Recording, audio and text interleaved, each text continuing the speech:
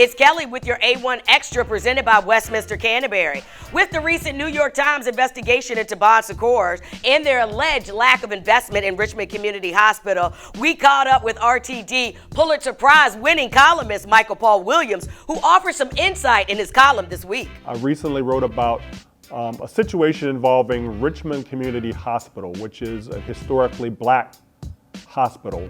Richmond Community Hospital was founded more than a century ago by black doctors in Richmond. Before it moved to the East End, it was in North-South Richmond near Virginia Union University.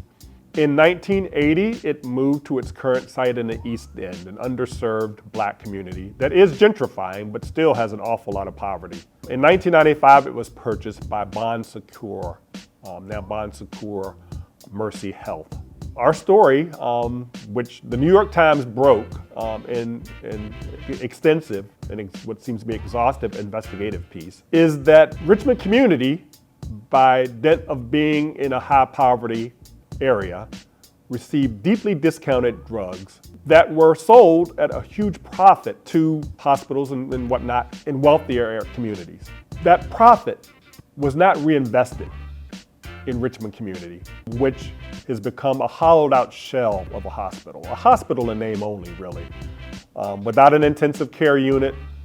And if you don't have an intensive care unit, it's hard to have a hospital. The New York Times described, and our reporting has followed up, it's basically an emergency room with a behavioral health component. Not that that's not needed, but that's not a full service hospital in a community, the East End, that desperately needs health care.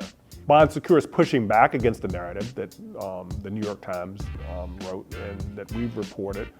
But what seems undeniable is that there is not a viable hospital in Richmond's East End, and that speaks for itself. And someone needs to answer for that, and someone needs to correct that as soon as possible, because lives are literally at stake. All right, that's it. Make sure you log on to richmond.com for more reporting and stories of Richmond and Central Virginia. And remember to follow along on social at RTD News. We'll talk to you next week for another A1 Extra presented by Westminster Canterbury.